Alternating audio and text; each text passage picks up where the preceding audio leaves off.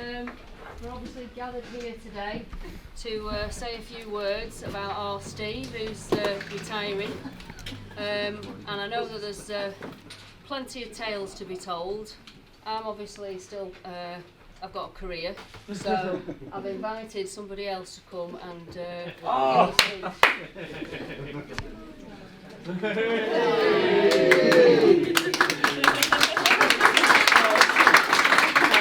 Before he starts, if there's anything inappropriate, I was in the office having a photo at the time. Let's go in your office. Thanks for following. Hello everybody. Hi. Wow, I'm missing you lot. But today isn't really about me. It's about our Scottish friend. I wasn't nervous and now I am. Well, that's wise. So, I'm delighted and I'm honoured to be asked to come back and just say a few words about Steve's retirement. And as those few words mean a lot to everybody, he's a fucking poon. And get to fuck. Speech over. So, folks, Steve's done his 28, 29, 30 years. Joined Lancashire Police in 1990. Steve's married. Carol's not here, is she? No. Brian's here. Brian and Lauren are his two lovely kids who he dotes on, and we know that because when I was here, he never used to stop talking about them. I've had a look at, Lookman kindly has had a look at Steve's postings, and he went to B Division on the training unit, then on Lancaster Section and Lancaster Patrol Support Unit, where he practiced the routine van headbutting with helmets on, and then joined D Division in 2013. Now you might be surprised, but Steve has had some awards over the years. Don't be so surprised, he has had them. These aren't fiction. In 2018, 2019 he was part of the investigation team of the year. Don't know how your name got slipped onto that stage, managed it. You had a DCS commendation for the repatriation of Dorothy Hardy's head. In 2018. Well done. You got a divisional commanders, one in 2014 divisional commanders commend for excellent work on Operation Intrepid. That was a real big hit, that one. In 2010, you got a divisional commander's commend for professional determination investigation linked to gang-related and kidnap offences and attempted murder. You must have had help. And in 2008, you got a chief constable's commend for investigating a firearms offence, and I thought about that one. That's one I put you in for. And what it does say, you got a £100 bonus for that. And do you know what, folks? The tight bastard has still never bought me a party. To this day. You got a chief constable's commend again for exceptional work for another job in Manchester. Now then, again, he doesn't just make an impression with his colleagues and friends, he makes an impression with the public. For the Thomas Brennan murder, Thomas's family sent a letter for Steve and a Marks and Spencer's voucher. But he thought it said an S&M voucher and bought a gimp mask. And then there's a series of other letters where people have been impressed and not surprising at all, Steve, because you do put your heart and soul into stuff. He also, in 1998, Steve was part of a team which put on a public order display at HQ for local dignitaries. You got to bollock him for that. He was the only one shouting, "You can take our lives, but you'll never take our lives."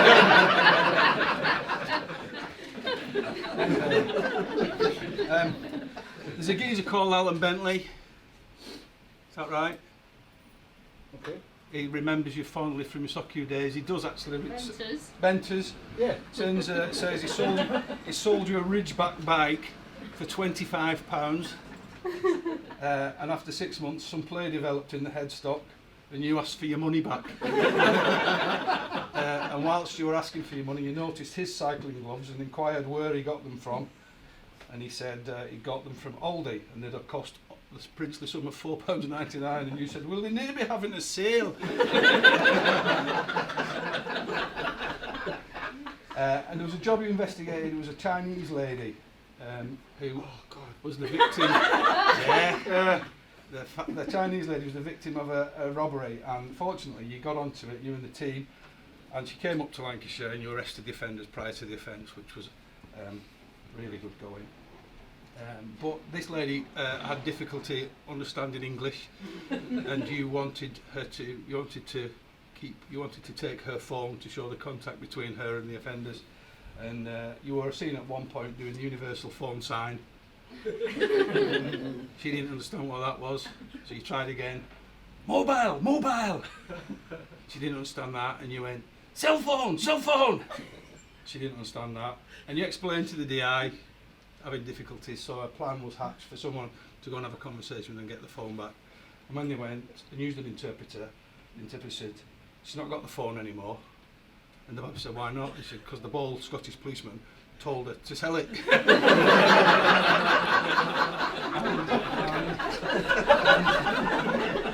And she did. So I thought there might be a little bit of untruth around that story. So I rung Mrs. Chow and asked if it was true. And she said, I couldn't understand a word the fucker said. Silly idiot.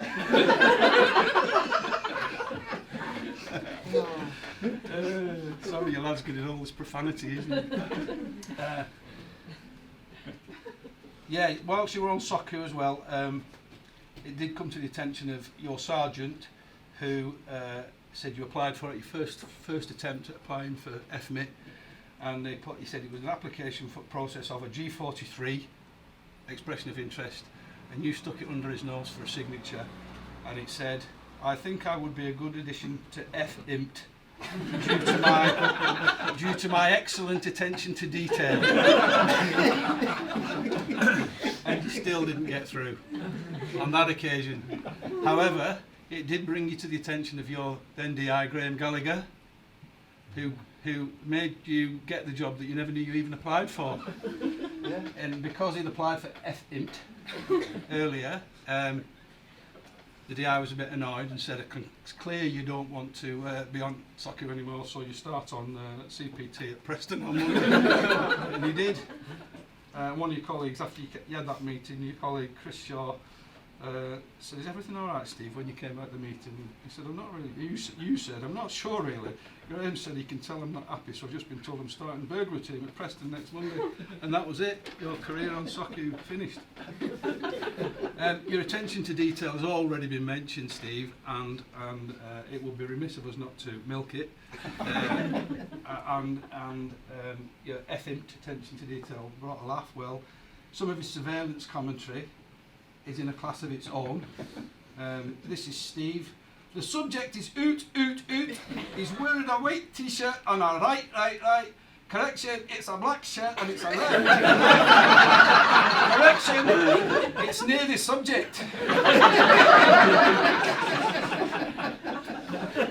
was another occasion where he had the eyeball on somebody in Skem, and he said, there's a passenger in the subject's car and he's waving at me. And the sergeant said, do you think you should let somebody else have a go, Steve? No, I'll hold my ground. He's waving at me again. At which point Steve was told to return back to the office. And some of you don't know, Steve's circle of friends outside policing, the far and wide different industries, and some are like Steve being the brightest of them all, some are not as bright as Steve.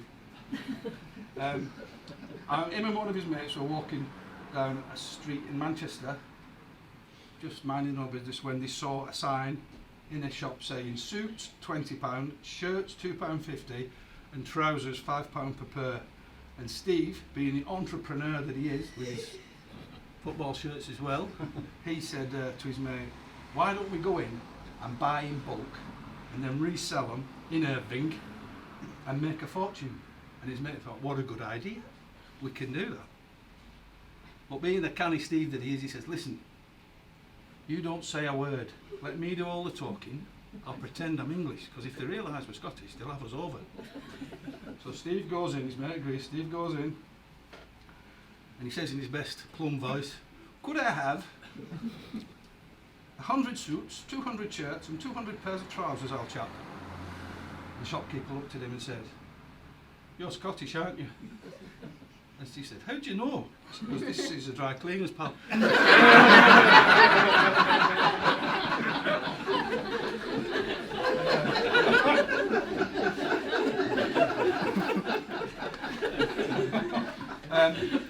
Another of his mates, Steve and him were having a little chat in a boozer, and his mate, who was a farmer, said, Steve, would you dare have sex with a cow for £100? Steve thought about it and said, well, I would, but there's 3 conditions. I said, what are the conditions? He said, 1, no kissing on the lips.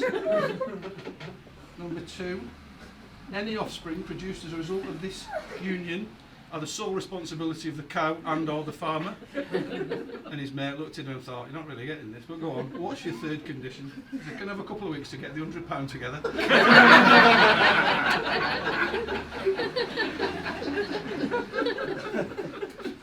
And Steve is a helpful soul, and we've seen that over the years, and he's a really nice guy and likes to help out where he can, and that's a real testament to him. And sadly, one time, Steve's mate's wife died, and his friend was struggling with it, and he said, would you put an advert in the paper, not an advert, a thing in the paper and do it for me?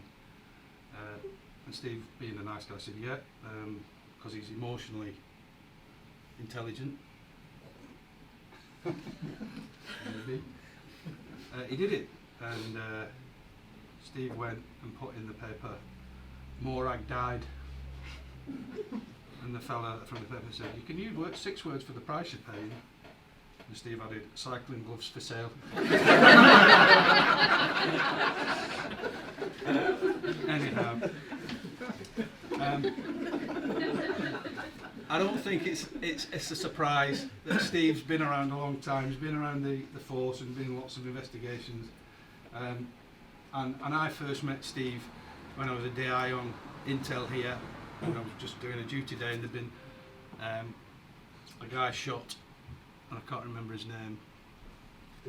David Cross had been shot by some Merseyside offenders, and we got onto it, and we were struggling sourcing who these offenders were, and Steve came in and said some words, and I didn't understand one of them. He drew me some pictures, so I got a bit of a clue. And basically he said, I know who the offenders really are, because they all use pseudonyms. And I said, how have you got this information? And he sort of tap danced a bit, and said some more words I couldn't understand. And it was quite clear he had a source but didn't want to tell. And I thought, just leave it with me, I'll sort it and I'll polish it up right. And I knew then I was always going to have trouble with him. Just knowing how he did his business and understanding his language. But I have always had a soft spot in my heart for Steve. Everything I've ever asked, I ever asked when I was in the job, he always did, and he did it well, and always willing to help. And that's a theme that has come back when people have been sending in little bits about you, Steve. What a lovely guy you are, what a nice fella, what a gentleman. Nobody's ever said you're any good. They're all like, you're a love. Oh, you are good. And for me, it was a pleasure knowing Steve was on the team along with the rest of you. I knew we'd get through business and it would get done. And again, Luckman mentioned this to me, which is typical of you. You've been going full throttle with all the jobs, with interviewing on Greece, and on Op Manor, and doing the tier 5 in on all that kind of stuff, right up till the 11th hour. And in your job, I keep saying I'm not in your job, or in this job, a lot of people start skiing in a good time before they actually retire to get used to it, and you've not. And I think that's real testament to you, Steve. You've just kept going, you've kept at it, you've had that loathing of the criminals that we all have.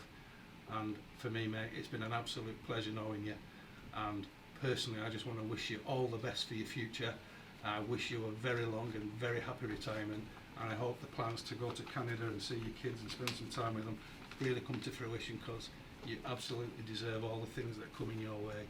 So thanks for everything, Steve. Thanks for your 30 years, and thanks for supporting me.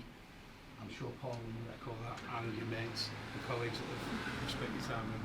So thank you, ladies and gents. Steve.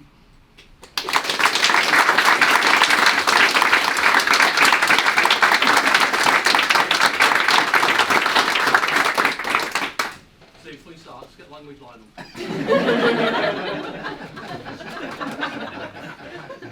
I don't know, thanks very much for that, it's really kind of wow. I really don't know what to say, thanks very much.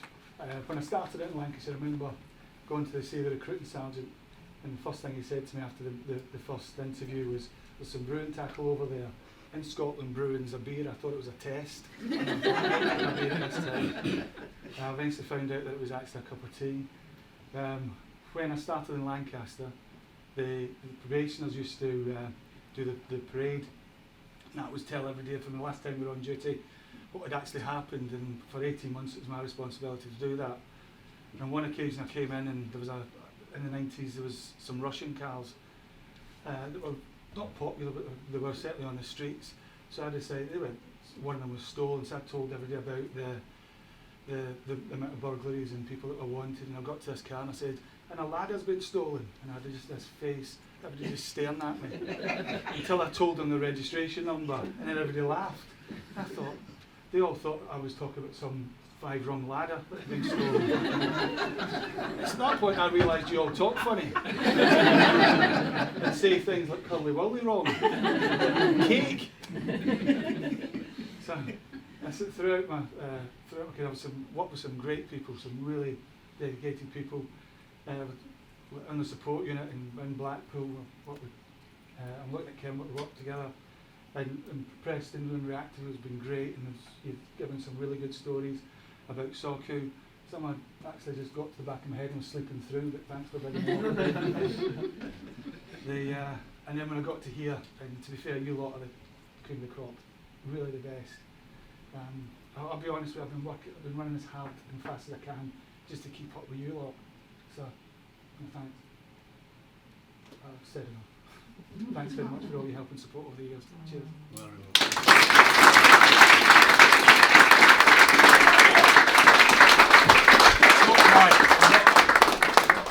Don't cry. I've not got a bloody clue what you just said, but I was given one job.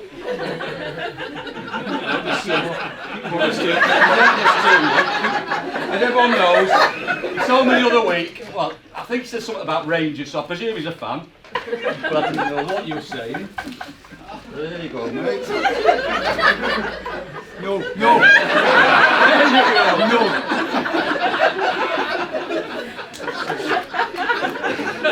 No. In fact, no. Hopefully these are some gifts that you might appreciate. There's a small token of everybody here, Oh, wow. so thank you very much. Thank you. The genuine presents. Shall I not put it on? Gerard. Thank you. Some appropriately attired. It's my time as well. What did he say? Well done, Tammy.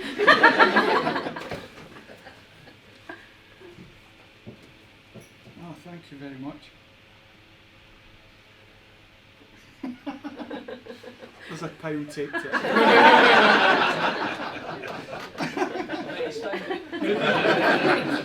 Before I'm out the door. I've missed you.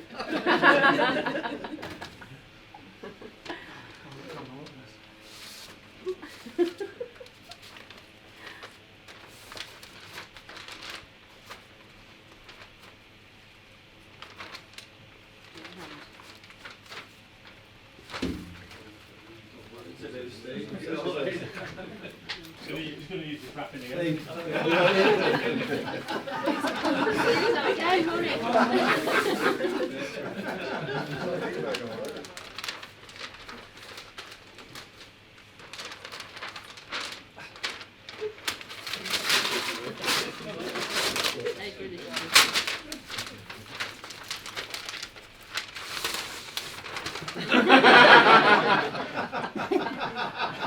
going to test me on it. Had you noticed it was missing? Yes. Oh. Yeah, just.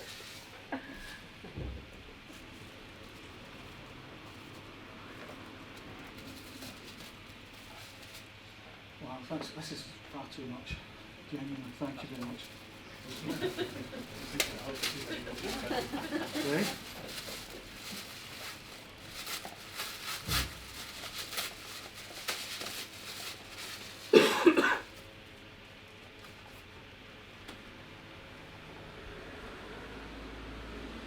Wow, thanks very much.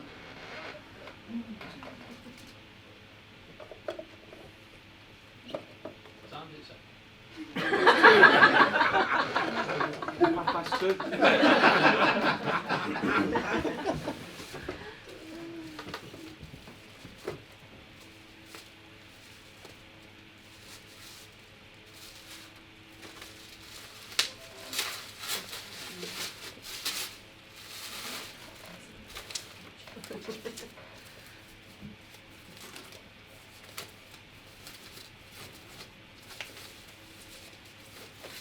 I'm trying to go as fast as I can. I can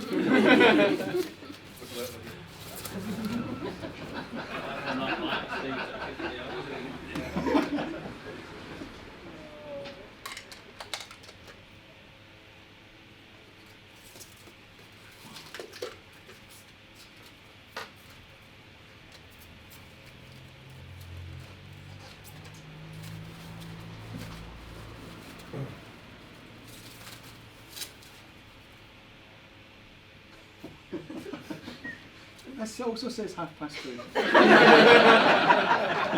You look fast. Thank you very much.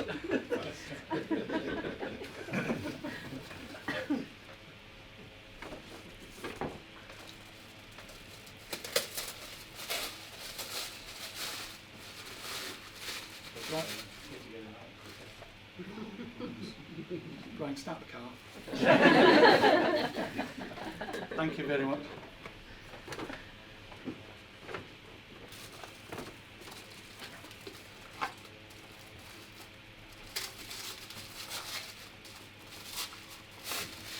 Oh, I'm going to be leather tonight. Thank you.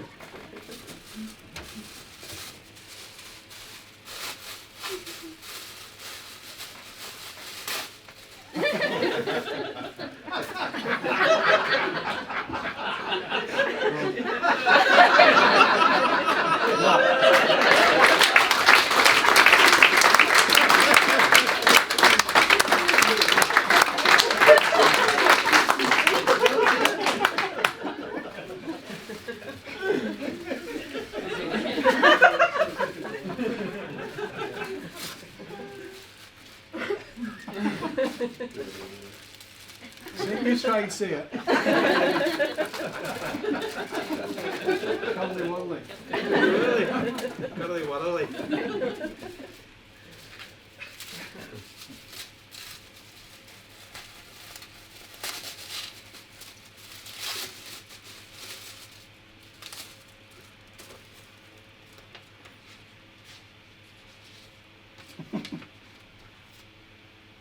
Thank you very much. That means something. Thought it was another S&M. Get yourself a cat of nine tails.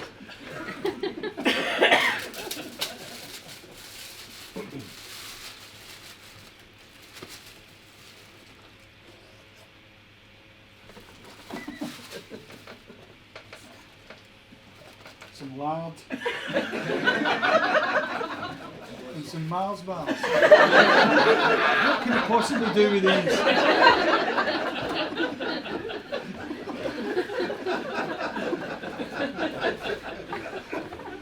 They really went together. Oh, nice shot, Red. I'm feeling homesick now. For cattle.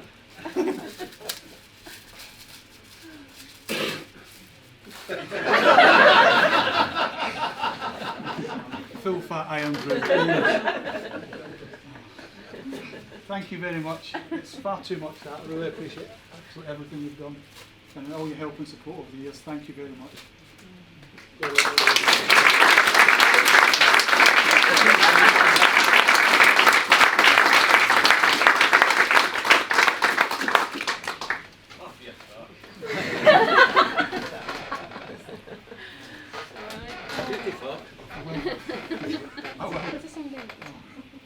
Stop staring at me now. Buffet will be served in the meeting room.